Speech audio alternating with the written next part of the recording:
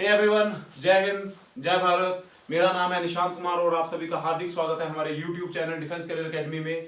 जो मेरा आज का वीडियो है वो काफी बेनिफिशियल रहने वाला है उन कैंडिडेट्स के लिए जो कि इंडियन आर्मी, इंडियन एयरफोर्स या इंडियन नेवी को एज अ ऑफिसर ज्वाइन करना चाहते हैं सीडीएस एग्जाम के थ्रू। यूपीएससी ने जो है इस एग्जाम का जो नोटिफिकेशन है उसको रिलीज कर दिया है। तो इसमें हम लोग इस वीडियो में ये देखेंगे कि वन बाय वन की इसके लिए क्राइटेरिया क्या है, इसमें कुछ चेंजेस हुए हैं या नहीं हुए हैं, इसके लिए कौन कौन अप्लाई कर सकता है, इसके लिए एज क्राइटेरिया क्या रहेगा। वन बाय वन जो है हम लोग इसके बारे में यहाँ पे कंप्लीट जो है उसको डिस्कस करेंगे। देखिए, हर साल जो है इस एग्जाम के लिए लाखों जो कैंडिडेट हैं वो अप्लाई करते हैं, बट इसमें उन कैंडिडेट्स को जो है 3 डिफरेंट फेज में जो है वो क्या करना पड़ता है, निकलना पड़ता है। जिसमें फर्स्ट फेज आपके पास आता है रिटन एग्जामिनेशन, कुछ कैंडिडेट्स को वहां पे सिलेक्ट किया जाता है और फिर जो कैंडिडेट्स रिटन एग्जामिनेशन में सिलेक्ट होते हैं उनको सेकंड राउंड में भेजा जाता है। And the second round is that is service selection board means SSB.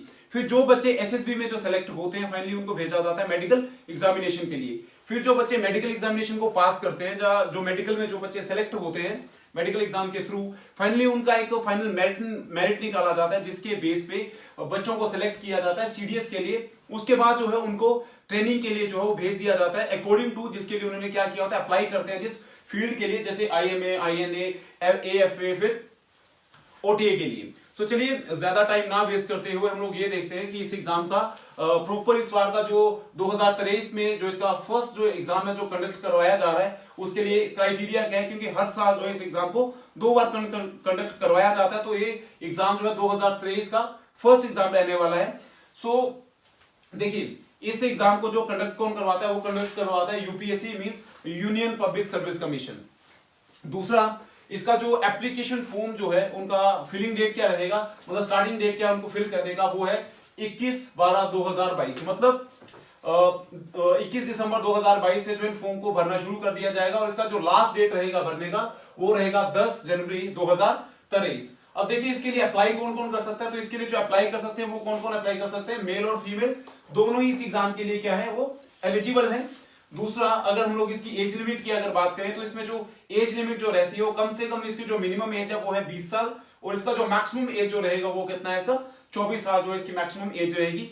इसमें एक छोटा सा चेंज है, मतलब एक ओटीए वाला जो आता है ऑफिसर ट्रेनिंग एकेडमी में, उसमें 24 इयर्स की बजाय उसमें जो एज क्राइटेरिया रहता है वो रहता है 20 से 25 साल तक का।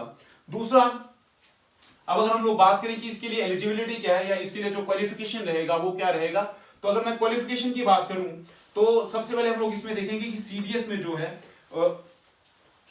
3 एंट्रीज आपको मिलती हैं, एक आईएमए का, एक एएफए का, एक आईएनए का, और हाँ साथ में ओटीए का भी आपके साथ इसी में जो है वो क्या है इंक्लूडेड है। तो देखिए, आईएमए में जो बच्चे अप्लाई करना चाहते हैं, जो इंडियन मिलिट्री एकेडमी को ज्वाइन करना चाहते हैं, उसके लिए जो क्वालिफिकेशन रहेगी वो रहेगी ग्रेजुएशन किसी भी डिग्री में, मतलब एनी डिग्री स्ट्रीम कोई भी रहेगा। और उनका जो डेट ऑफ बर्थ, मतलब उनका जो वो किस ईयर में वो मतलब बोर्न हुए हैं वो रहेगा 2 जनवरी 2000 से लेके 1 जनवरी 2005 के बीच में जो बच्चे बोर्न है वो आईएमए के लिए क्या कर सकते हैं, अप्लाई कर सकते हैं। और डिग्री चाहे उन्होंने आर्ट्स में चाहे बीए करी है, चाहे बीएससी करी है, चाहे बीकॉम करी है, वो आईएमए के लिए क्या कर सकते हैं, अप्लाई कर सकते हैं। दूसरा, जो बच्चे आईएनए मतलब इंडियन नेवल अकेडमी को जो ज्वाइन करना चाहते हैं उसके लिए डिग्री रिक्वायर्ड है, ग्रेजुएशन रिक्वायर्ड है, बट किसमें, इंजीनियरिंग में, बट कंडीशन इसकी वो +2 में उन्होंने फिजिक्स और मैथ्स पढ़ा हो। दूसरा, अगर हम लोग एएफए की बात करें मींस एयरफोर्स एकेडमी की अगर बात करें तो इसमें भी हमें इंजीनियरिंग में चाहिए डिग्री। और दूसरा, इसके लिए जो एज क्राइटेरिया किसके लिए, आईएमए, आईएनए और एएफए तीनों के लिए जो है वो कैंडिडेट्स का जो बर्थ डेट है वो इसी में आना चाहिए 2 जनवरी 2000 से लेके 1 जनवरी 2005 तक। लास्ट आपके पास आता है ओटीए। अगर हम लोग ओटीए की बात करें, OTA means officer training academy, तो इसके लिए डिग्री कोई भी होगी। और दूसरा, इसके लिए फीमेल और मेल दोनों ही अप्लाई कर सकते हैं। और हाँ, ये जो आपके पास आईएमए, आईएनए और जो एएफए है इसके लिए सिर्फ कौन कैंडिडेट अप्लाई कर सकते हैं, इसके लिए सिर्फ मेल कैंडिडेट जो है वही अप्लाई कर सकते हैं। बट हाँ, ओटीए के लिए मेल एंड फीमेल दोनों ही अप्लाई कर सकते हैं। इसके लिए जो डिग्री रहेगी वो ग्रेजुएशन किसी भी स्ट्रीम में रहेगी। दूसरा, कि उनका जो डेट ऑफ बर्थ रहना चाहिए वो कितने से कितने रहना चाहिए, 2 जनवरी 1999 से लेके 1 जनवरी 2005 तक जो कैंडिडेट हैं जो इन 2 डेट के बीच में जो बोर्न हैं वो इसके लिए क्या कर सकते हैं, अप्लाई कर सकते हैं। अब इसके बाद जो हम लोग ये देखेंगे कि इसका जो रिटन एग्जामिनेशन है उसका पैटर्न कैसा है, उसमें कौन कौन से सब्जेक्ट उसमें पूछे जाएंगे, टोटल क्वेश्चंस कितने रहेंगे, उसके लिए टाइम पीरियड कितना रहता है हर एग्जाम के लिए, और उसमें जो है तो कौन कौन सा सब्जेक्ट आएगा। तो चलिए अब वो भी देख लेते हैं साथ में।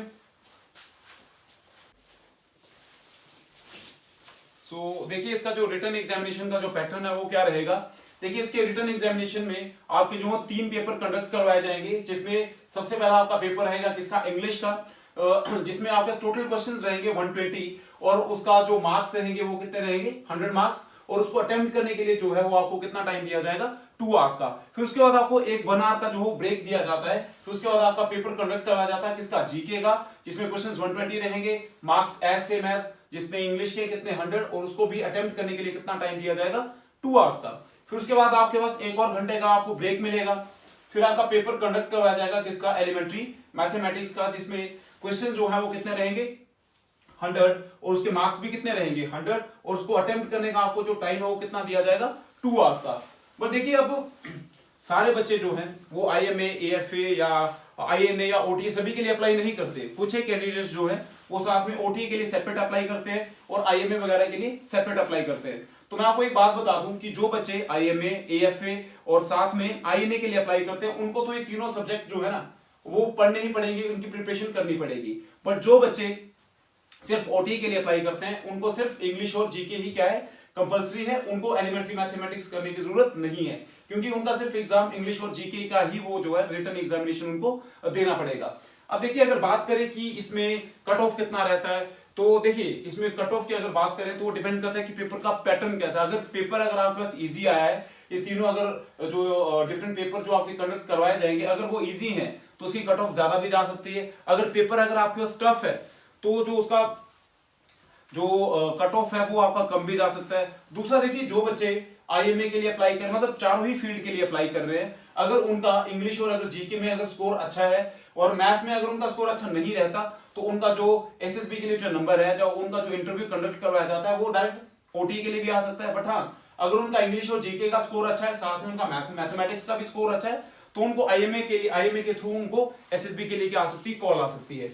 तो ये था इसका रिटन एग्जामिनेशन का पैटर्न। उसके बाद हम लोग बात करेंगे कि जो बच्चे रिटन एग्जामिनेशन में सक्सेसफुल होते हैं उनको उसके बाद बुलाया जाता है एसएसबी के लिए। एसएसबी जो है उसका क्या है, सेकंड राउंड है, मींस सर्विस सिलेक्शन बोर्ड।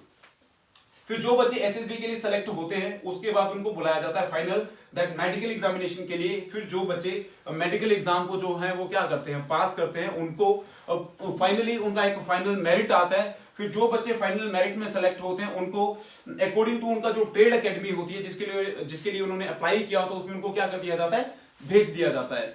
अब देखिए अगर मैं बात करूं इसका जो सीडीएस 12023 का जो एग्जाम है वो कंडक्ट करवाया जाएगा कितना, कब, 16 अप्रैल 2023 को।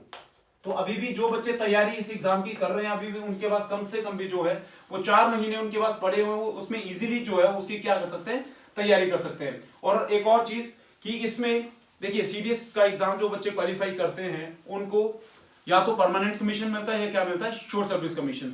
जो बच्चे आईएमए, आईएनए या एएफए के लिए अप्लाई करते हैं उनका जो कमीशन रहता है that is of permanent type commission. और जो बच्चे ओटी के लिए अप्लाई करते हैं उनका जो है वो रहता है शॉर्ट सर्विस कमीशन। और जो शॉर्ट सर्विस कमीशन है उसमें जो उनकी जॉब का टाइम पीरियड रहता है वो रहता है 10 साल का। मैक्सिमम जो उनका टाइम पीरियड होता है वो कितना रहेगा, 10 साल का। फिर हाँ अगर वो चाहे तो फर्दर उनका जो टाइम पीरियड है उसको 4 साल के साथ वो बढ़ा भी सकते हैं। इसका क्राइटेरिया थोड़ा सा अलग है, इसके लिए हो सकता है मैं इसके ऊपर एक सेपरेट वीडियो डालूं कि शॉर्ट सर्विस कमीशन क्या होता है, अपना परमानेंट कमीशन क्या होता है, आर्मी की किस फील्ड में या डिफेंस की किस फील्ड में परमानेंट कमीशन या शॉर्ट सर्विस कमीशन जो चलता है। ठीक है, सो ये था आज का मेरा वीडियो। तो मैंने इसमें यहाँ पे 1 बाय 1 सारी जो इसका एग्जाम का कोई जो भी पैटर्न था, इसके लिए सिलेक्शन प्रोसीजर या इसके लिए रिटन एग्जामिनेशन क्या रहेगा, कौन कौन इसके लिए अप्लाई कर सकता है, वो हम लोगों ने यहाँ पे 1 बाय 1 क्या कर दिया, डिस्कस कर दिया। सो आई होप आप सभी के लिए ये वीडियो जो है वो इन्फॉर्मेटिव रहेगा। सो प्लीज अगर आपको ये वीडियो पसंद आता है तो जितना हो सके इस वीडियो को शेयर करें, लाइक करें, ताकि जो बच्चे इस एग्जामिनेशन की तैयारी कर रहे हैं उनको ये इन्फॉर्मेशन मिल सके कि इस एग्जाम का नोटिफिकेशन रिलीज हो चुका है और वो इसके लिए क्या कर सके, अप्लाई कर सके। दूसरी चीज, हमारी एकेडमी जो भी बच्चे देखिए इस एग्जाम की तैयारी करना चाहते हैं या कर रहे हैं, तो हमारी एकेडमी जो है इस एग्जाम की अच्छे से तैयारी भी करवाती है, क्योंकि पिछले कम से कम 4 सालों में हमारी एकेडमी से सीडीएस में, एनडीए में, मतलब डिफेंस के जितने भी ऑलरेडी एग्जाम्स हैं, मतलब जो भी कंडक्ट करवाए जाते हैं, हमारे यहाँ से काफी ज्यादा सिलेक्शंस हुई हैं। हम लोग रिटन एग्जामिनेशन और साथ में एसएसबी की भी तैयारी करवाते हैं। तो जो भी बच्चे इंटरेस्टेड हैं, जो एग्जाम क्वालिफाई करना चाहते हैं, तो प्लीज वो हमारे साथ कॉन्टेक्ट कर सकते हैं, जिनको लगता है कि उनको कोचिंग की नीड है। सो एट द एंड, जय हिंद, जय भारत।